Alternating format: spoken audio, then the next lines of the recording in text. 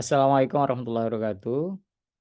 Selamat sore teman-teman semuanya dan selamat siang bagi yang kelas siang. Pada pertemuan ini saya akan membahas tentang JavaScript. Jadi kemarin di kelas yang satu saya lupa kelas I atau E itu membahas tentang JavaScript pendahuluan. Jadi ini JavaScript itu menjadi salah satu topik di pemrograman web, setelah CSS. Pembahasan CSS lebih lanjut itu nanti akan saya sampaikan di materi yang lain. JavaScript sebagai client side programming itu, eee, menjadi pelengkap pada suatu, aplikasi web. Tujuannya untuk membuat sistem kita menjadi lebih, interaktif begitu. Jadi kalau, HTML kemarin, itu di sebagian menyebutkan bahwa itu bukan programming tapi, kumpulan tag yang digunakan untuk membuat layout, eee, saat mengembangkan website. Nah kalau di JavaScript ini, Eee, lebih kompleks karena di sana ada, eee, ya sintak pemrogramannya. Jadi kalau Anda kemarin sudah belajar bahasa C atau C++, di sana ada pengenalan tipe data, variabel, control statement, if else itu, kemudian function dan seterusnya. Maka di sini di JavaScript juga ada, kalau di HTML kan tidak. Nah, bicara tentang scripting ini, tentu kita bisa mengenal ada JavaScript, JScript, VBScript itu mirip-mirip, itu bedanya di mana. Kalau di JScript dan VBScript itu platformnya memang Microsoft. Eee, Kalau browser yang support ya yang platform Microsoft begitu. Kalau dulu ada Internet Explorer, sekarang ada Edge gitu. Kalau yang JavaScript itu multi browser, jadi semua browser bisa mengakses ini, kompatibel. Nah, ini sebenarnya client side scripting kalau JavaScript itu, pada dasarnya JavaScript itu client side scripting. Memang, eee ini pemrograman, tapi basis, pemrograman web, tapi basisnya di sisi klien, sehingga eksekusinya juga seperti client side programming. Eksekusi ada di sisi browser. Tentu ini akan mempunyai beberapa kelebihan, salah satunya adalah kecepatan akses. Nah, di JavaScript seperti yang saya sampaikan tadi ada beberapa, poin yang bisa kita, eksekusi, kita operasikan, kita buat mulai dari tipe data, control statement, function string, kemudian mengenal array juga, ada det, dokumen, navigator, dan seterusnya. Ada kelas juga nanti kita bisa kenal di, JavaScript ini. Oke, kalau kita mengingat lagi HTML. HTML itu memang, digunakan untuk mengembangkan page yang statis begitu. Ya menampilkan informasi, lebih ke sana. Dapat menampilkan teks, image, mengatur layout, link, dan seterusnya. Dan sama ini bisa diakses, setiap waktu pada waktu yang sama gitu. Jadi ini bisa diakses untuk ditampilkan menggunakan browser. Terus interaktivitas di HTML yang menggunakan interaktif button. Jadi seperti link saja. Kalau diperlukan programming, maka membutuhkan bahasa pemrograman yang lain. HTML tidak bisa berdiri sendiri. begitu. Kemudian eh, ini tadi saya sudah jelaskan ya. Dan ini ditampilkan di mana sih JavaScript ini? Di embed di HTML gitu. Kita bisa mengembed JavaScript ini pada sintak HTML. Nah, Anda tinggal menambahkan saja di dokumen HTML itu dengan perintah ini. Sebentar, saya tampilkan pointer. Kita bisa tambahkan script type-nya sama dengan teks, JavaScript, dan diakhiri dengan slash script. Model pasangan script seperti ini, model pasangan teks seperti ini sama dengan HTML. Jadi awalnya script dan diakhiri dengan slash script. Begitu. Kemudian dieksekusi di sisi browser tanpa membutuhkan web server. Jadi hanya kita bisa ketik seperti perintah HTML, kemudian langsung dijalankan di browser, dipanggil di browser, gitu. Dengan file open atau dengan double klik, sama. Kemudian eh, scripting language seperti ini simple ya, sederhana. Kenapa kok dibilang sederhana? Karena dia bisa dimasukkan, bisa ditulis dalam plain text, kemudian langsung interpretasikan atau dibaca, diterjemahkan oleh aplikasi. Siapa aplikasinya? Ya browser.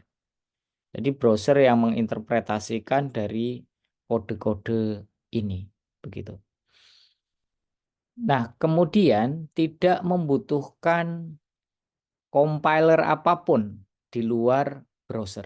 Jadi ya browser itu selama dia mengenal JavaScript plugin, dia sudah langsung bisa mengcompile perintah itu. Kemudian tentu karena dia itu sisi klien yang mengeksekusi, save bandwidth ya. Jadi bandwidth-nya lebih irit karena dieksekusi di sisi klien, begitu. Klien yang mengerjakan itu. Komputer klien maksudnya yang mengkomputasi itu. Jadi tidak selalu memanggil ke server terus gitu. 1 ditambah 1, terus 1 dikirim ke browser, tambah operator tambah dikirim ke server, kemudian 1 lagi, kemudian result-nya dikembalikan ke browser kan. Itu membutuhkan bandwidth semua kalau berjalannya di sisi server. Karena ini di klien jadi lebih irit.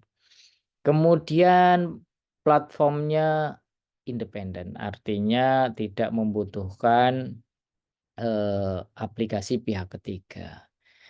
Ya ini memang lebih lambat ya, tapi bukan lebih lambat bukan yang terasa betul tidak. Jadi ya kalau dibanding proses komputasi yang lain, ya ini tentu agak berbeda. Kemudian ini bicara sejarah, sudah sangat lama JavaScript ini dikembangkan dari 95. Kemudian JScript itu di 96. Ini platformnya sama antara JavaScript dengan JScript. Kemudian VBScript itu platformnya basisnya itu Visual Basic. Kalau Anda pernah mengenal Borland Delphi, tapi kayaknya ya enggak. Visual Basic. Nah, itu bahasa VBScript itu dari Visual Basic Script. Kalau JScript dengan JavaScript mirip.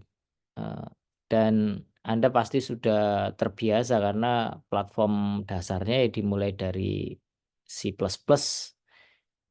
Java, bukan platform basis platform tapi mirip-mirip pemrogramannya dengan Java dan C++.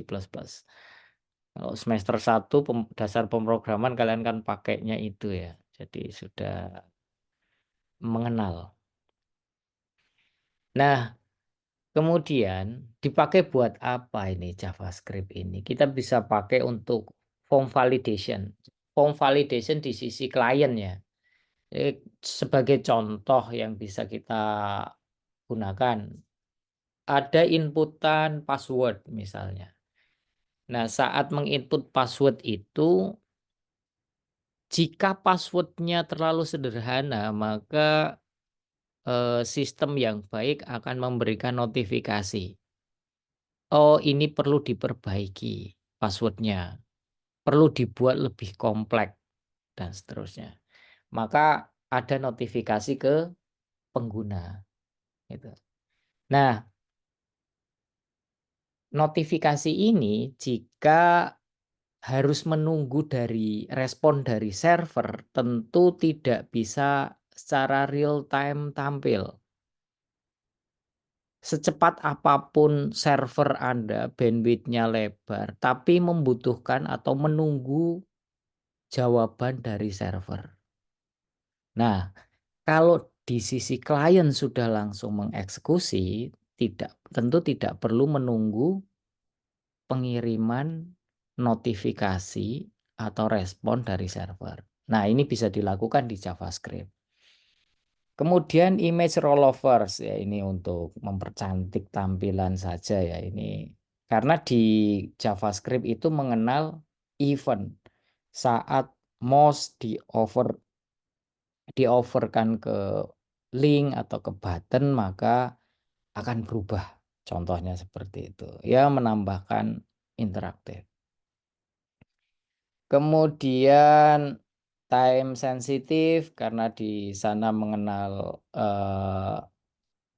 waktu juga, saat mouse klik, mouse over dan seterusnya, ada event-event itu tadi, maka ini menjadi lebih, interaktif. Kemudian menghandling cookies. Jadi cookies itu kan penyimpanan sementara di browser ya.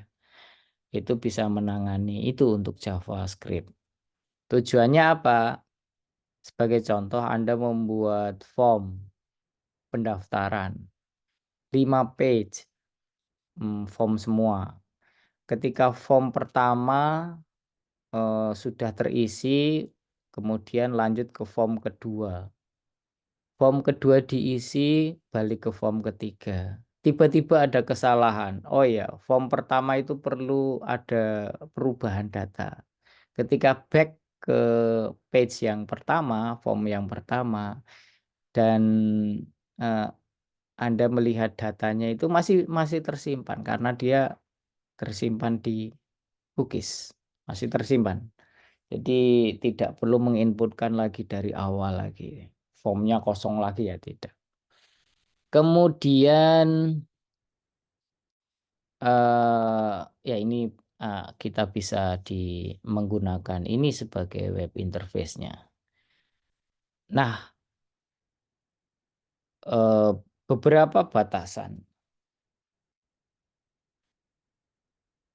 Kalau ini terkait dengan batasan di sisi klien tentu.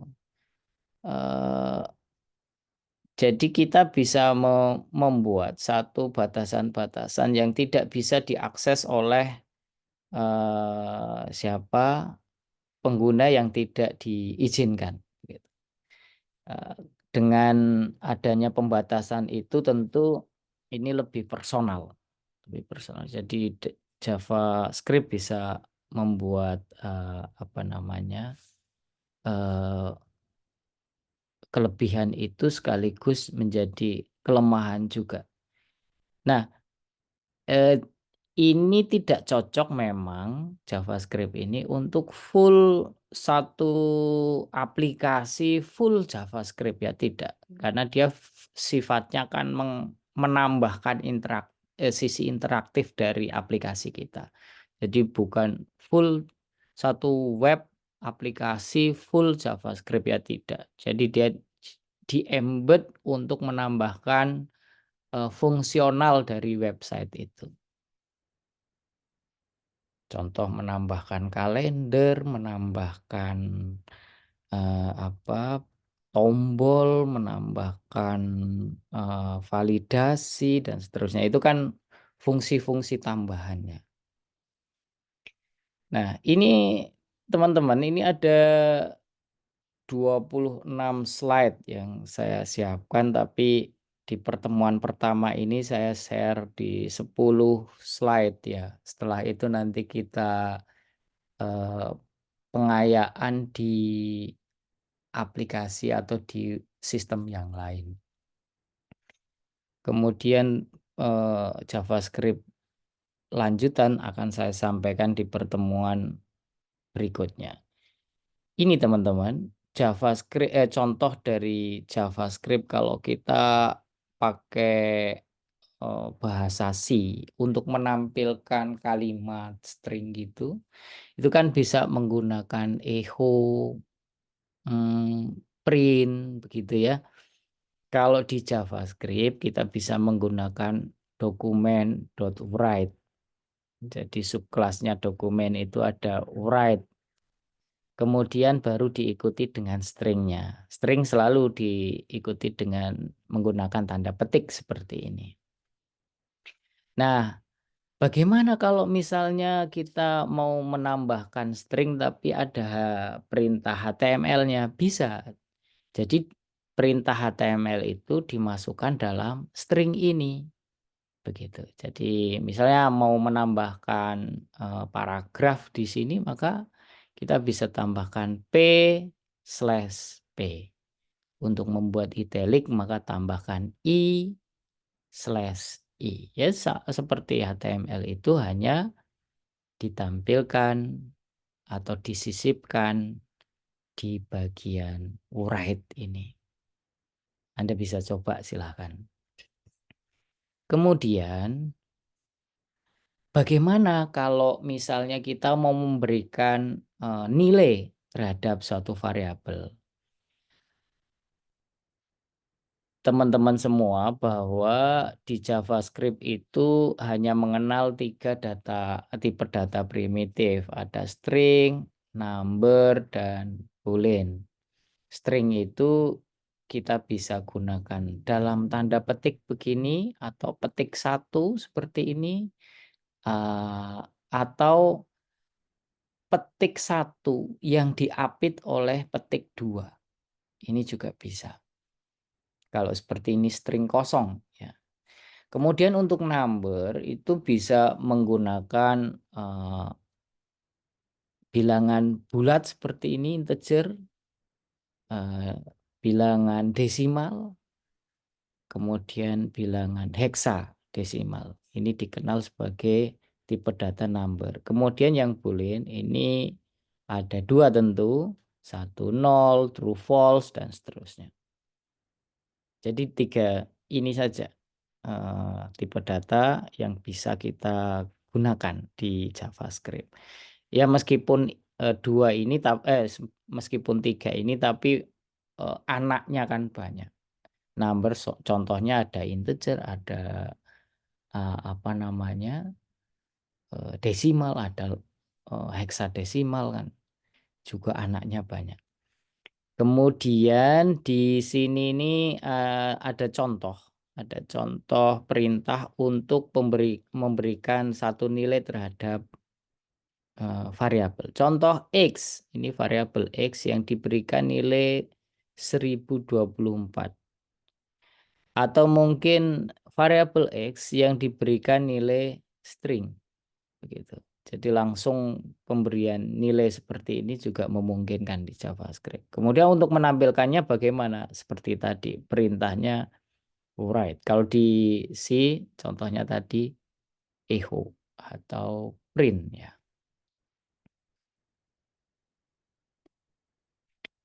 Kemudian kita juga bisa menggunakan berbagai operator, teman-teman. Berbagai operator. Jadi operator aritmetika, logika, dan seterusnya. Kalau aritmetika ya plus, min, kali, bagi, dan seterusnya ini. Ini bisa digunakan untuk memproses variabel di JavaScript. Kemudian operator logika. Operator logika itu double sama dengan, tidak sama dengan, kurang dari, lebih dari, dan seterusnya ini.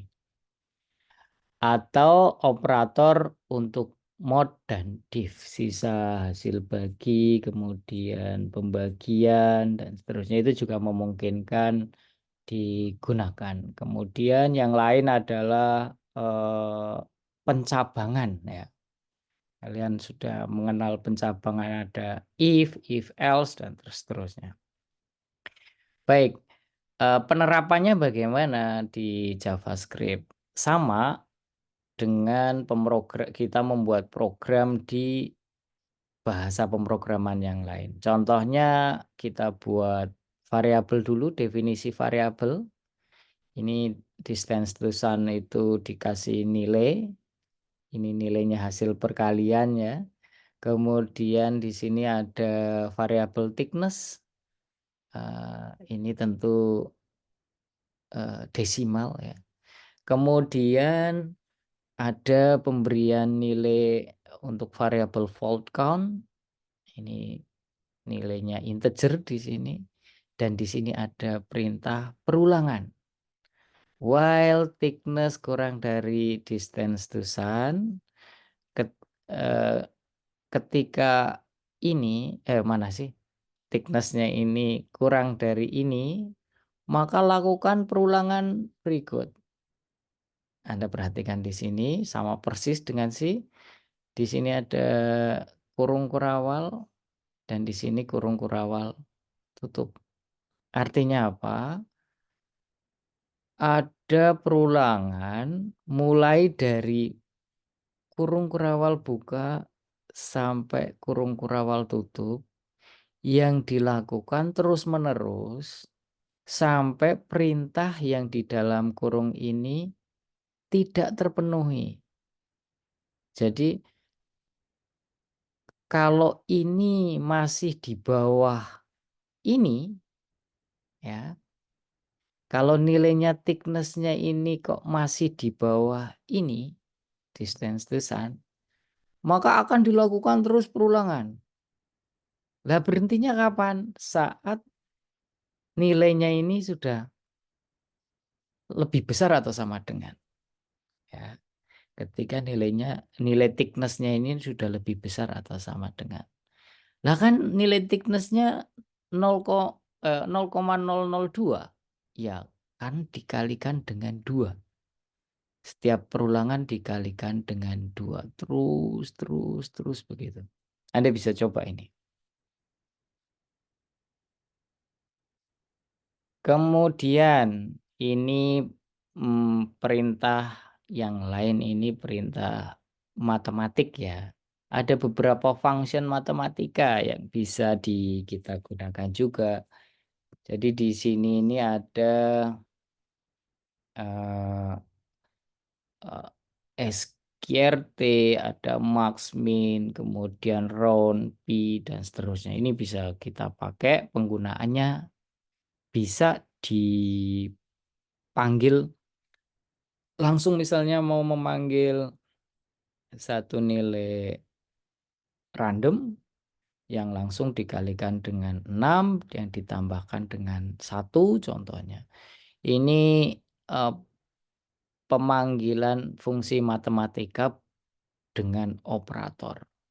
Jadi bisa menggunakan ini math, floor, math, square, SQRT, math, max, math, min, dan seterusnya.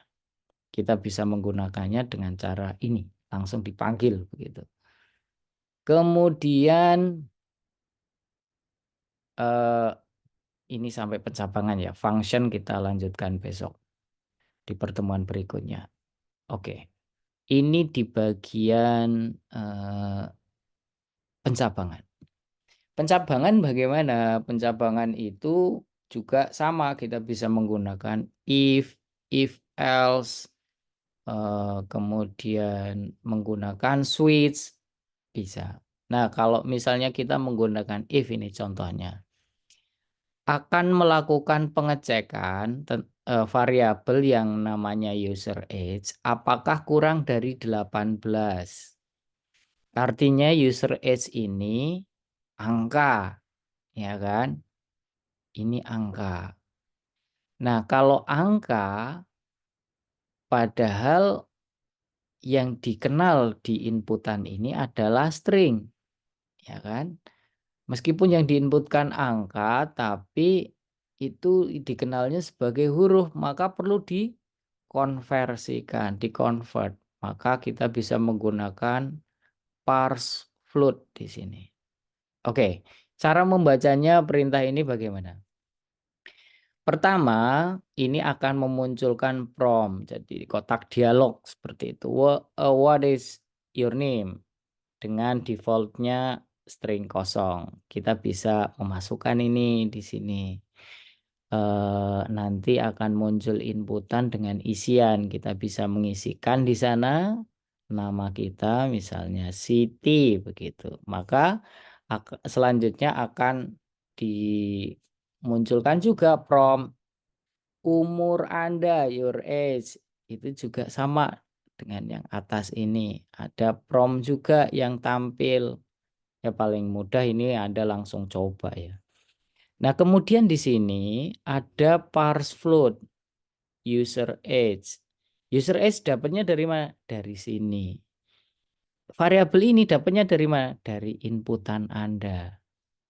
Jadi inputan Anda nanti yang baris kedua ini ya, yang merah baris kedua, itu akan tersimpan di variabel user age. Nah, string kan? Maka diparsing ke float.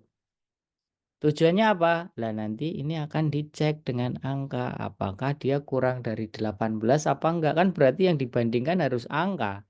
Makanya perlu parse float. Nah, kalau sudah baru bisa diproses. Nah, ini yang tampil apa? Yang tampil itu ingat tadi setelah dokumen.write ini yang tampil. Jadi yang tampil adalah hello username. Woi, username itu siapa? Lihat ke atas. Username itu yang Anda inputkan di prompt pada saat ini prompt ini muncul. Hello Siti misalnya tadi yang kita masukkan Siti kan. Nah, terus ini akan dicek user age yang sudah diparsing ke float tadi itu. Apakah kurang dari 18? Kalau ngisinya itu 15 misal. Maka akan muncul ini. Apakah orang tuamu tahu kalau kamu online gitu. Kalau misalnya dia mengisinya 19 atau mungkin mengisinya 20 dan seterusnya, maka ini tidak akan muncul langsung ke bawah sini gitu. Baik, bagian materi ini sampai dengan pencabangan ini kita lanjutkan lagi besok yang terkait dengan function.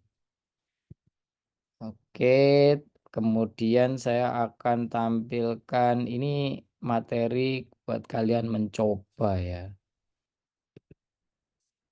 Lihat. Seperti kenapa ini selalu saya gunakan ya, sering saya gunakan karena satu ini modul yang lengkap ya, aplikasi lengkap mulai dari materi sampai latihannya juga. Nanti materi-materinya bisa kalian pelajari lebih lanjut, bisa dieksplorasi di sini. Ada beberapa pilihan, contohnya seperti tadi saat melihat operator itu apa saja ini yang bisa digunakan. Contohnya bagaimana, cara menggunakannya bagaimana, ini bisa kalian coba. Kalau try try untuk melihat, ketika dieksekusi bagaimana kita bisa ubah di sini, bisa gunakan dan kalau Anda melakukan perubahan maka ubah saja yang di sebelah kiri ini, kemudian di-run seperti ini. Kemudian, kita juga bisa membuat latihan ya. Latihan contohnya di bagian sini. Nanti kita bisa melatih apakah kita sudah paham apa belum. Buat satu variabel yang dipanggil dengan nama car name, kemudian kasih nilai Volvo. Begini.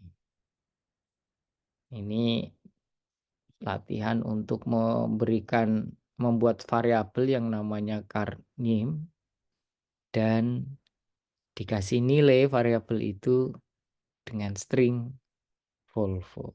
Kita cek. Submit answer. Oke, kemudian kita lanjut lagi. Buat variabel yang namanya X. Oke, kita ketik X. Kasih nilai 50 gitu. 50. Let X sama dengan 50. Kita lihat. Ya, benar. Kemudian di sini ini ada